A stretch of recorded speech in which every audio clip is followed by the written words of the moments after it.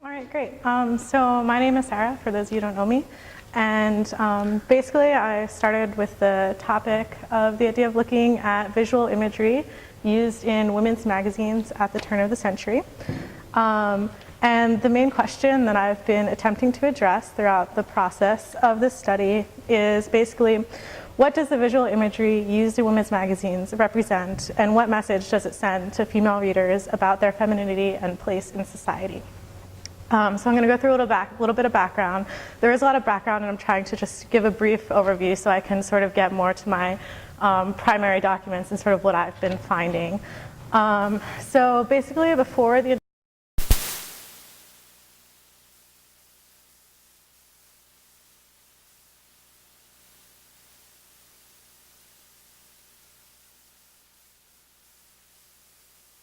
foster what some historians have called democratic debate amongst their readers. So they're very broad general interest magazines.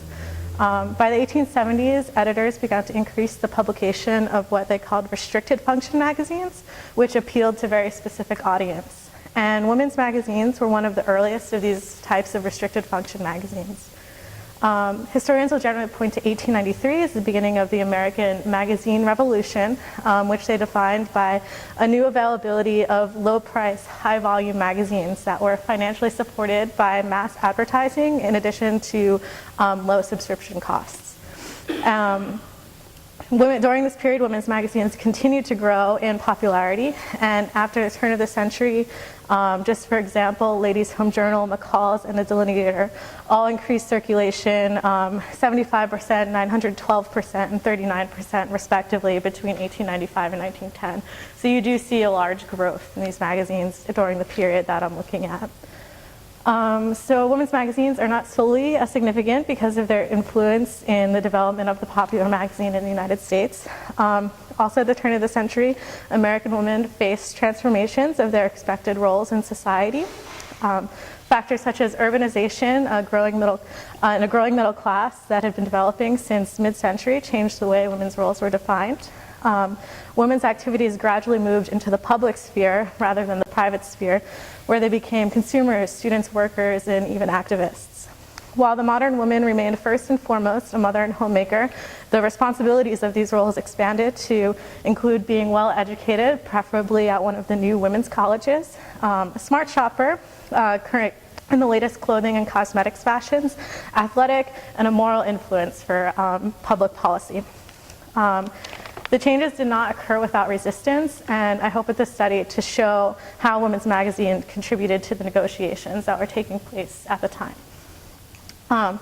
So for the study, I have first found that there is a gap in the existing historiography about women's magazines at the time. Most historians writing about women's magazines tend to focus on the Ladies' Home Journal, and they use the Ladies' Home Journal as representative for all women's publications at the time. And while the journal was highly popular and influential publication, I find it to be problematic to use just this one because there were a lot of magazines that were popular at the time. And with the three that I've chosen to look at, I kind of want to show how they represent different models of how they viewed women and their roles in society. And so using just one as exemplary of all of them is a problem. So I've chosen to focus on three of what historians have described as the Big Six magazines, and these were six publications that were all national, and between 1890s and 1910, they all reached circulations in the hundreds of thousands. So they were pretty wide-reaching magazines. And I also want to try and argue that they offer, like I said before, different representations of the roles they considered acceptable for women. So just as a brief overview of these three publications, first is the Delineator, which began by the Buonacore Publishing Company in 1873, and it continued until 1937. And by 1894, the Delineator boasted an average monthly circulation of 500,000. It cost 15 cents an issue, or $1 for a yearly subscription. The next is Good Housekeeping, which of the Big Six was probably the smallest. It began in 1885, and it was published by an established newspaper publisher in Massachusetts named Clark W. Bryan. And it was a little bit more expensive than its competitors. It started at $2.50 for a yearly subscription rate, and it decreased to $2 in 1891. In 1895, it circulated around 55,000 issues. By 1910, that grew to over 30,000. Finally, we have Pictorial Review, which had the latest start of the three in 1899, and it was a catalog for the American Fashion Company. And the magazine retained its focus on fashion and appearance for much of the first decade of the 20th century. And it cost $1 for yearly subscription, and by 1910, its circulation reached 237,000. So I found only 2 historians who have actually looked at the Delineator as a source, and they each offer a very limited view of the magazine, which I find problematic because they both analyze a specific type of article found in the magazine, but they look at each type of article in isolation. The first is Sidney Bland, who basically argues that the magazine was successful as a progressive publication because it published articles that focused on women's colleges, women's employment, and the changing social codes that women were expected to face in this new modern society that's developing. And he says that the magazine encourages women to embody the lifestyle of the new woman. And then Cynthia McDowell, who argues almost exactly the opposite of Sidney Bland, and she looks at articles that show the articles about childcare and children's issues, and she argues that it shows the publication's traditionalism and encourages women to remain in the home and fulfill their traditional roles as mothers. So I've looked at the images used in the Delineator, and I tend to agree that the Delineator reveals a more traditional representation of women. Neither the images used in the articles or the images in advertisements depict the sort of active modern lifestyle that Bland claims the magazine supported. And so for an example, show this image that is actually an article about female actresses. And throughout the article, they describe all the trials and tribulations that female actresses face in the profession. But the accompanying photographs, as you can tell, are pretty decidedly domestic. They don't show these women actively engaged in the careers that they've chosen to follow. They're, in settings in their homes, reading, gazing out the window of a summer home, dressed very, middle class, very, fancy dress, and it doesn't say anything about them as actresses. Let's see. So additionally, the advertisements throughout the magazine focus on the home, displayed next to an article about club women and club life, clubs are basically societies for women to join. They promoted activism and public policies such as campaigns to create safer food products to, further children's rights in society. And so in articles, proclaiming how women should become active in the clubs, next to them they had advertisements for soap suds, food grinders, kitchen cabinets, and thimbles. There's one where a woman's depicted, happily displaying a handful of soap suds that will make her cleaning an easier task. And there's, an illustration that shows the reader how sturdy this one type of thimble is. And these images suggest that women might make use of modern innovations to assist with their domestic responsibilities, but that modern life should not really encroach upon this traditional private sphere that has been reserved for women. So moving on to Good Housekeeping, it offers a much more traditional model of a magazine in its physical appearance. Its layout consisted of restricting most advertising to the back of the magazine, with the few exceptions in the front matter, which would be located behind the cover and in front of the table of contents.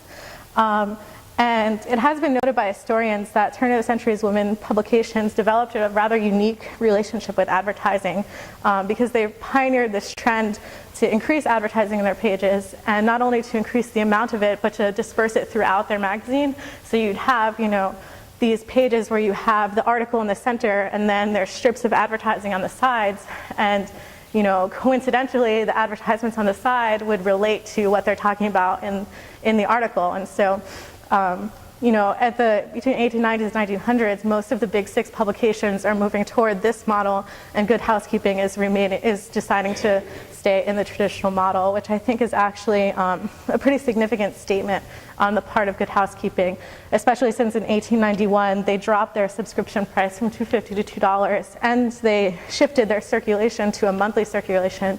They brought in the types of articles that they included in the magazine so that they would be more similar to their competitors, but they did not change the actual structure of the magazines in the same way that their competitors were. So additionally, the articles that appeared in Good Housekeeping did not contain many illustrations, and the images within the magazine are mostly hand-drawn rather than photographs.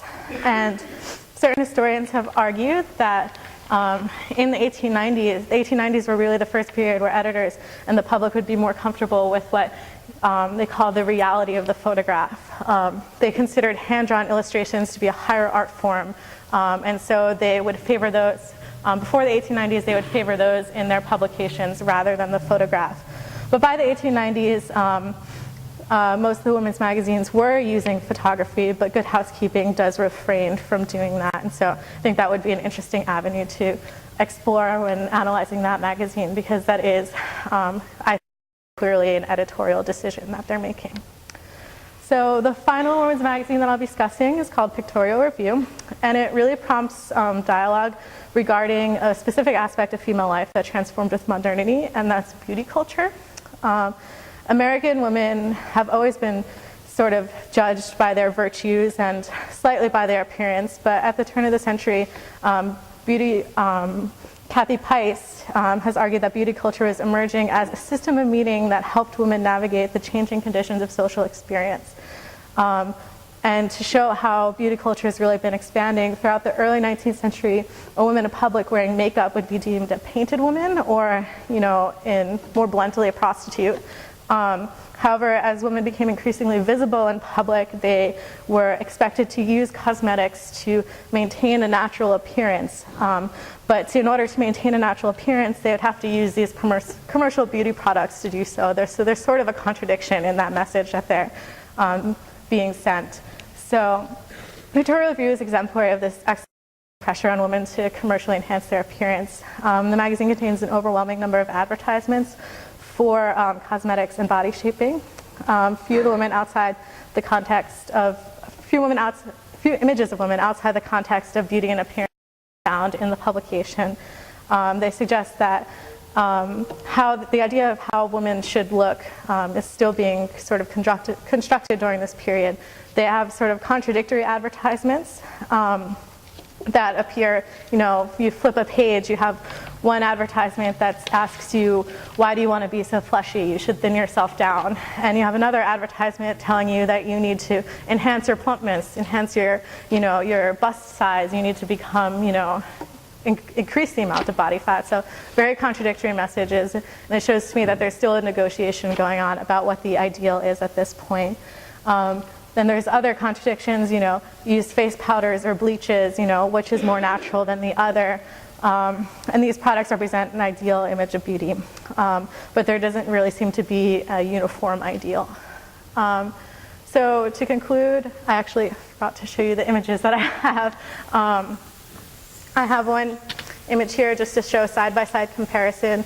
On, let's see, the left you have an image from Godey's Lady's Book, which is popular throughout the 19th century. It ended, I think, in the 1870s. And then on the other side, you have Good Housekeeping to show how, no images, very traditional model. They don't really look that much different in how they're presenting their articles. And then here, you can see that in Pictorial Review, you can see pretty much all the advertisements relate to appearance. And then you have, your contradictory ads about, plumping yourself or, why get thin. So, just to conclude, as I started with, I think that these magazines show that there's a range of how women's magazines are, messages that women's magazines are sending women, and they vary throughout publications.